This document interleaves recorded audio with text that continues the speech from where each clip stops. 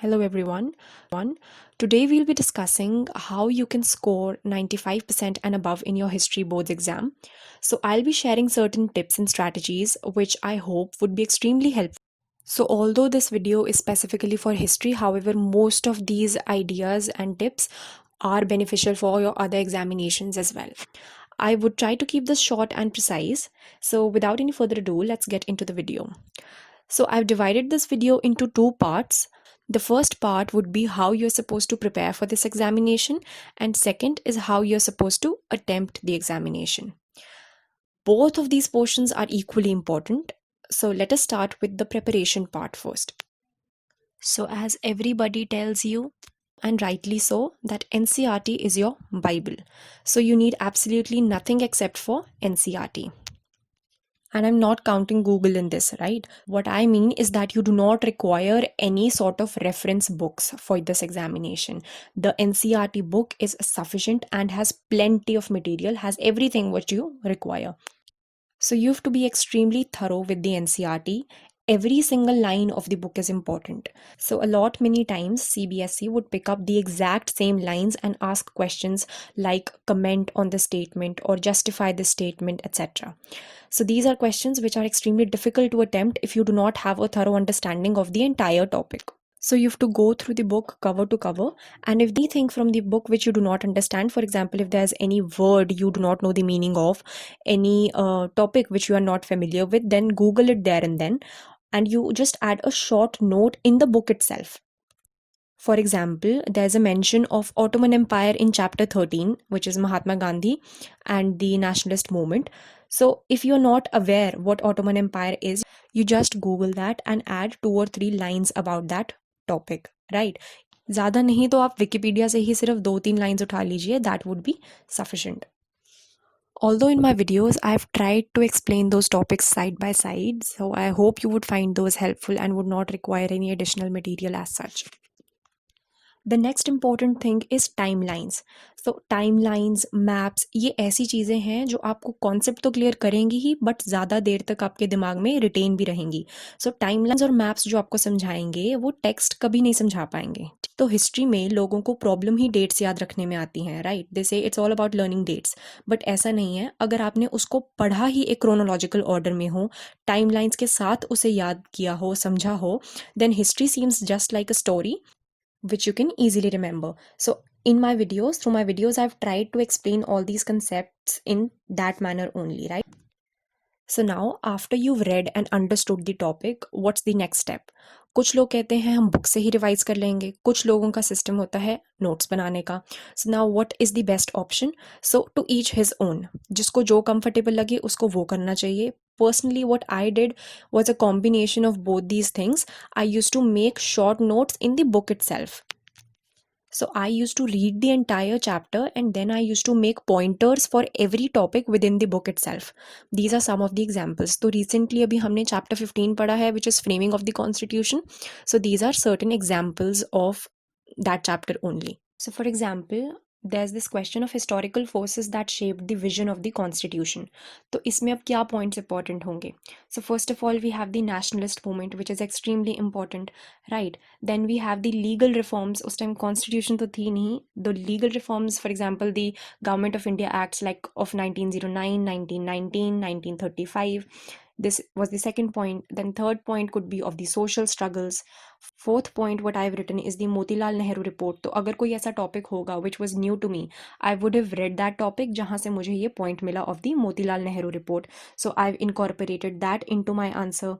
Then the fifth point which I've written about is secularism. Religion played a very important role in the nationalistic movement, right? We saw the partition of the country which was also on religious lines.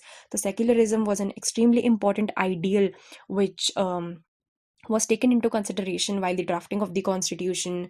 Similarly, the concept of federalism, the linguistic struggles, and so on and so forth. Similarly, let's take another example. For example, I've studied about non-cooperation. तो उसके साथ ही I've written certain points. For example, the features of non-cooperation. तो start तो आप introduction से करेंगे. Then you'll write about the features. For example, the boycott of goods, the boycott of institutions, and so on.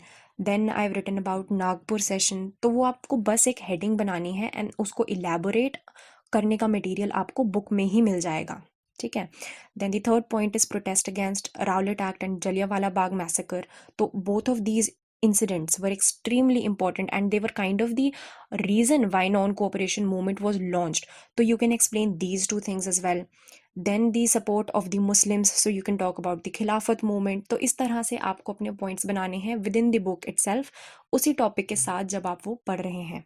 So right, this is how I go about it. So these are very beneficial, especially for the last minute revision. And I don't have to think about headings and subheadings in the exam because I've already memorized that particular topic with those headings. So this is an extremely efficient way of making notes. The next thing which is very important is the blue boxes, the source boxes which you have in the book. They are extremely important. A lot of times it contains extremely important information.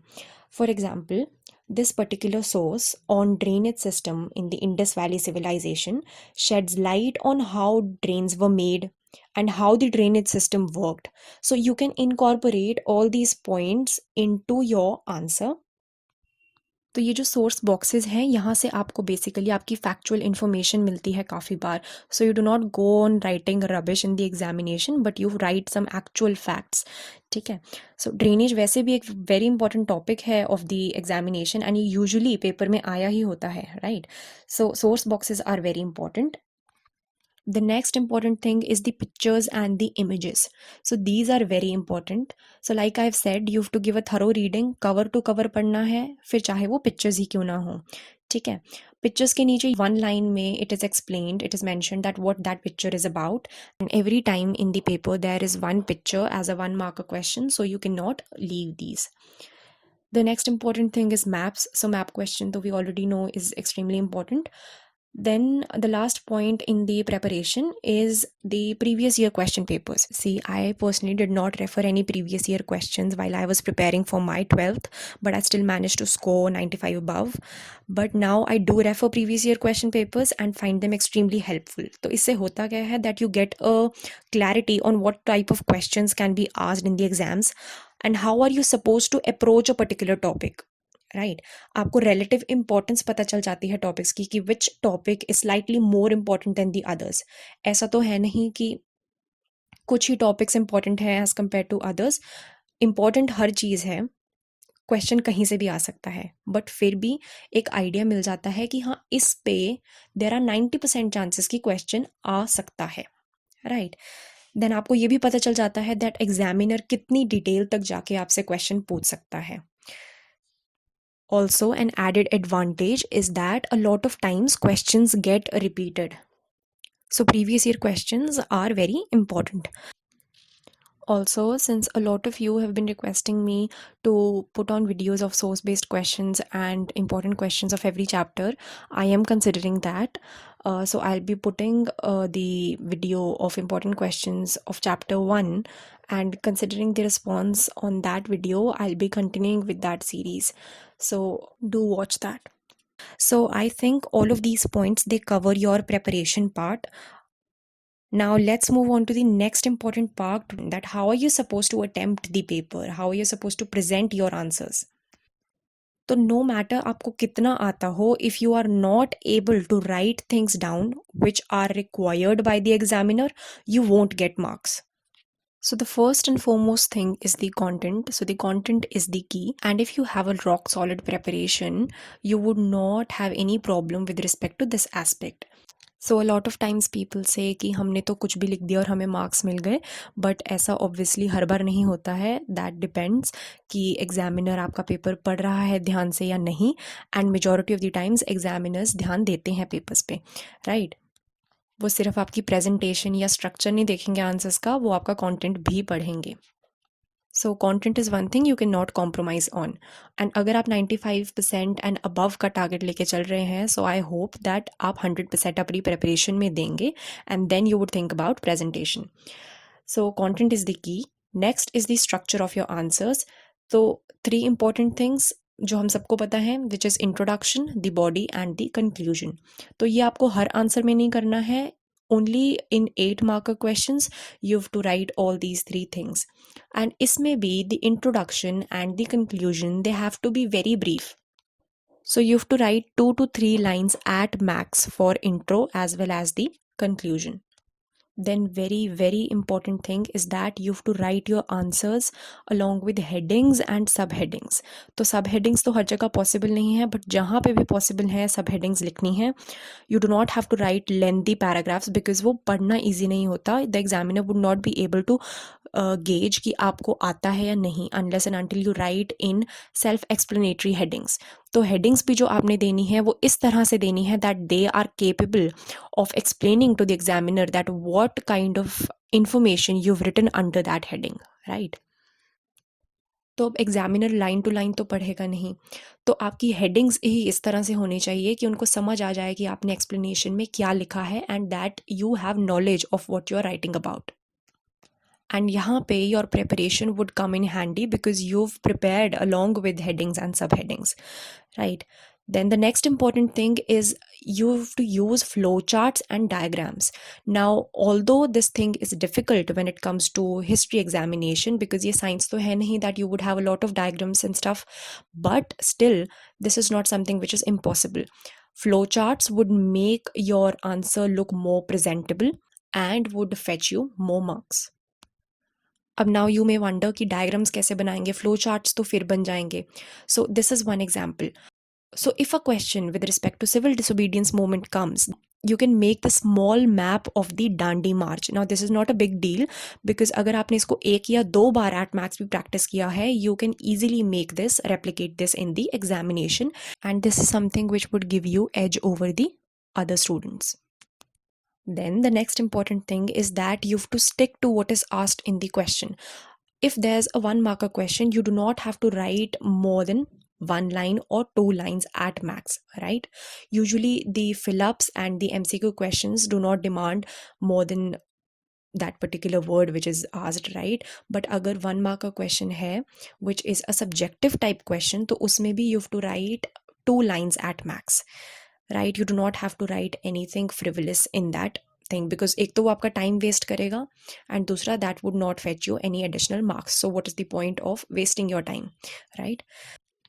Then the next thing which is important is that you have to pay attention to the details, and usually this thing arises in case of either 1 marker questions or 8 marker questions. Now let me explain how. In case of 1 marker questions, there are words used like not, incorrect, and usually in questions like these you tend to mark the wrong answer, so you have to pay attention to these words.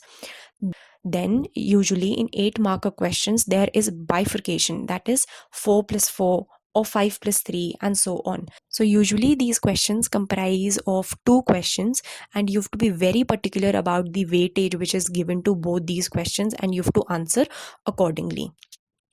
तो अगर 4+4 वाला question आया है तो you do not have to write all 8 points about one topic only, और you do not have to write 8 points in totality. You do not have to mix both the questions. आपको दोनों separately answer करने हैं with separate headings, right? Also, avoid writing very lengthy answers. I remember when I was in 12th, we were told that for a 3 marker question, you have to write at least 5 points. So by the time of pre-boards, I was writing 12 points for 8 marker questions, which I think is not necessary. So for an 8 marker question, 8 to 10 points at max would be sufficient. For a 3 marker question, 4 points would be sufficient because time management is also equally important. But sometimes when you know a lot of things, there is always this temptation of writing more, which although is not necessary, but still, if you know more than 10 points, more than 8 points, and you want to add them, what you do is you leave certain space, like 3 to 4 lines. If you've already used more than half of your answer sheet, more than half page, you can leave that entire page and start the next question from the other page. And then after you've completed your examination, you can make those additions as and when required. So that way you do not compromise on your time for other answers. Then overall your paper has to be neat. Now this does not mean that your handwriting has to be good, but your paper has to be clean. It should not be shabby. And अगर आप headings, सब headings, flow charts use करेंगे तो it would obviously make your paper more presentable, चाहे आपकी hand writing अच्छी ना भी हो तो भी. Then the last tip which I have for you is that you have to use your reading time very wisely. So before exam you get 15 to 20 minutes to read the question paper, so you have to use that particular time very well. You do not skim through the entire paper. पूरा paper पढ़ने की ज़रूरत नहीं है.